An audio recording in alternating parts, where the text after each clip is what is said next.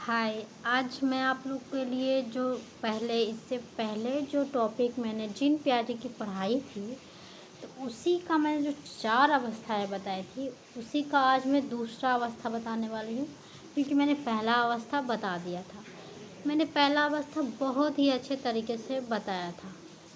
ठीक उसी तरह मैं दूसरा उनकी जो जिन प्याजे जी की जो दूसरी अवस्था है, उसे मैं बताने जा रही हूँ।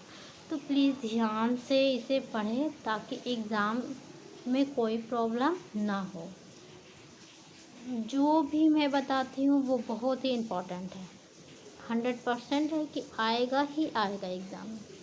इसलिए प्लीज़ बिना स्किप किए मेरी वीडियो को पूरा देखें, ताकि इससे आपको इस सीटेट में पूछने वाले क्वेश्चन को बनाने में कोई प्रॉब्लम ना हो। ओके, तो जिन प्याजे की मैंने पहली अवस्था बताई थी वो कौन सी थी? संवेदी चरण। ओके, दूसरी है पूर्व संक्रियात्मक अवस्था। ठीक, पूर्व संक्रियात्मक अवस्था कब से कब तक है? तो 2 से 6 वर्ष।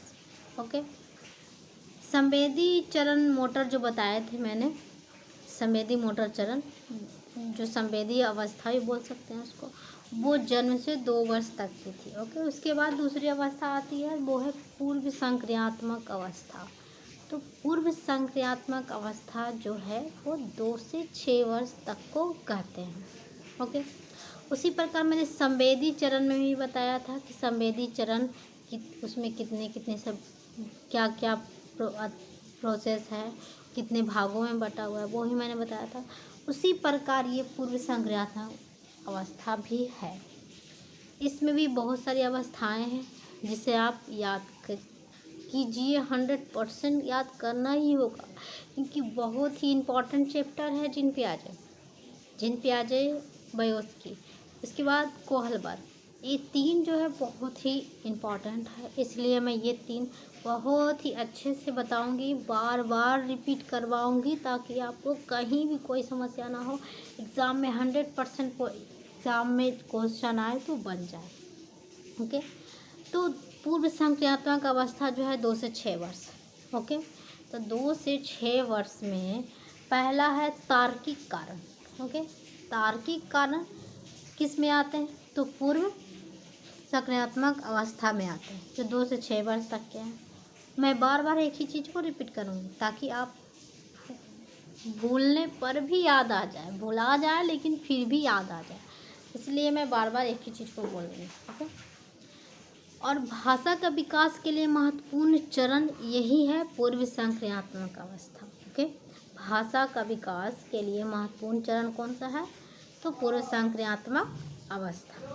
पियाजे ने कहा है, क्या उनके अनुसार कहा गया है कि बच्चा पहले सोचना सीखता है, बच्चे पहले सोचना सीखता है, उसके बाद भाषा का विकास करता है। बच्चा पहले सोचना सीखता है, ये इम्पोर्टेंट है, क्वेश्चन इससे आएगा ही आएगा, और यही पॉइंट आपको दे देगा कि किसने कहा है।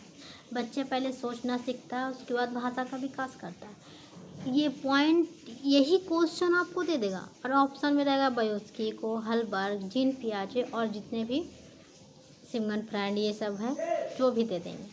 लेकिन इस क्वेश्चन को आपको बहुत अच्छे से पढ़ने हैं कि किसने कहा है, ये किसने कहा है। पहले बच्चा सोचना सीखता है, उसके बाद भाषा का विकास करता है, ये पॉइंट याद करना बहुत ही ज़रूरी है।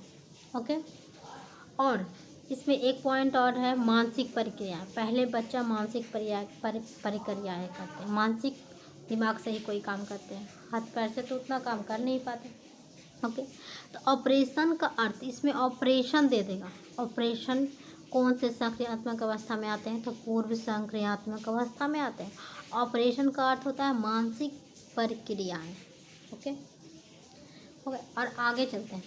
इसी में अपरिवर्तनीयता, अपरिवर्तनीयता इसी में आते हैं। ओके, अपरिवर्तनीयता होता क्या है? ओके, अपरिवर्तनीयता का नियम दिया किसने है? तो जिन प्याजे ने दिया है। अपरिवर्तनीयता है क्या? तो उसे मैं आज बताती हूँ। ओके, अपरिवर्तनीयता में है क्या कि बच्चों का मानना है कि क्रिया को उल्टा नहीं किया जा सकता, या पहले जैसा नहीं किया जा सकता है। जैसे कि एक बच्चा है जो 3 साल का है, बर्फ़ बनने के बारे में सोच भी नहीं सकता, ना ही इसके विपरीत बर्फ़ से पानी बनने के बारे में वह सोच सकता है।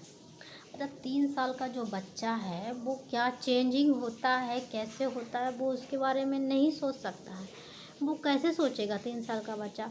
एक बर्फ़, जैसे पानी से बर्फ़ बनता है और फिर बर्फ़ से पानी बन जाता है, इस बारे में बच्चा नहीं सोचता है। इसी को हम लोग क्या, इसी को जिन प्याजे जी ने क्या कहा है, अपरिवर्तनीयता। अपरिवर्तनीयता याद करना भी बहुत ज़रूरी है। उसके बाद होता है अहम केंद्रवाद। ओके, अहम केंद्रवाद जो आता है 2 से 6 वर्ष के ही भीतर आता है। अपरिवर्तनीयता भी 2 से 6 वर्ष के ही भीतर आता है। ठीक, अहम केंद्रवाद के बाद बारे में मैंने पहले भी बताया है। ओके, अहम केंद्रवाद होता है बच्चे इस चरण में दूसरों की दृष्टिकोण को नहीं अपना सकते। बच्चे जो हैं दूसरों के दृष्टिकोण को नहीं अपना सकते। वो खुद जो, ऐसे ही बच्चा लोग जो चाहता है, जिद है, बस चाहिए तो चाहिए, बस यही होता है। वो अपनी बात ही मानता है, वो किसी की बात नहीं मानता। ये है अहम केंद्रवाद हो जाता है बच्चा 2 से 6 वर्ष में, जिसे पूर्व संज्ञानात्मक अवस्था में रखा गया है। ओके, उसके बाद आता है जीववाद। जीववाद में एक बच्चा निर्जीव वस्तु को सजीव मानता है। जीववाद है क्या? जीववाद मतलब हर चीज़ को जीवित समझता है, वो निर्जीव नहीं समझता, वो सजीव समझता है। ओके, इस चीज़ को याद करना है। क्या किसने कहा है? एक बच्चा निर्जीव वस्तु को सजीव मानता है, या किसने कहा है? तो जीन पियाजे ने। जीन पियाजे ने कहा है। फिर ऐसे भी क्वेश्चन दे सकता है कि किस अवस्था में आती है? पूर्व संज्ञानात्मक अवस्था में आती है, जो 2 से 6 वर्ष तक के होते हैं। अब तो याद करना मुश्किल नहीं है, अब तो बहुत ईजिली याद हो सकती है। इतना सारा आपको 2 से 6 वर्ष के अंदर में बच्चे जो भी करते हैं वो पूर्व संज्ञानात्मक अवस्था में आती है, और ये जीन पियाजे जी के अनुसार इतना बताया गया है। ओके, तो आप लोग को इतना याद करना बहुत मुश्किल नहीं है। अगर आपको कहीं भी प्रॉब्लम हो रहा है तो प्लीज़ कमेंट करके बताएं, मैं बोर्ड पे भी बता सकती हूँ। नहीं तो नेक्स्ट वीडियो में हो सकता है कि मैं इसे बोर्ड पे ही बता दूँगी। ओके, तो अगर आप लोग समझ में कहीं भी कोई त्रुटि लग रही है, या किसी भी हिंदी का अर्थ समझ में नहीं आ रहा है, तो प्लीज़ कमेंट करके बताएं, तभी तो मैं इसे बता सकूँगी। अब प्लीज़ ज़्यादा से ज़्यादा मेरे वीडियो को लाइक और शेयर और सब्सक्राइब करना ना भूलें। ज़रूर से ज़रूर करें, क्योंकि मैं आप लोगों के लिए मेहनत कर रही हूँ ताकि आप लोग सीटेट पास कर सकें। तो प्लीज़ आगे बढ़ाएं मेरी वीडियो को। मैं चाहती हूँ कि मैं और भी आगे जाऊँ, ताकि सब कोई मेरी वीडियो देखे और इससे पढ़े, ताकि वो भी पास कर पाए। तो ज़्यादा से ज़्यादा मेरी वीडियो को सब्सक्राइब और लाइक करने की कोशिश करें।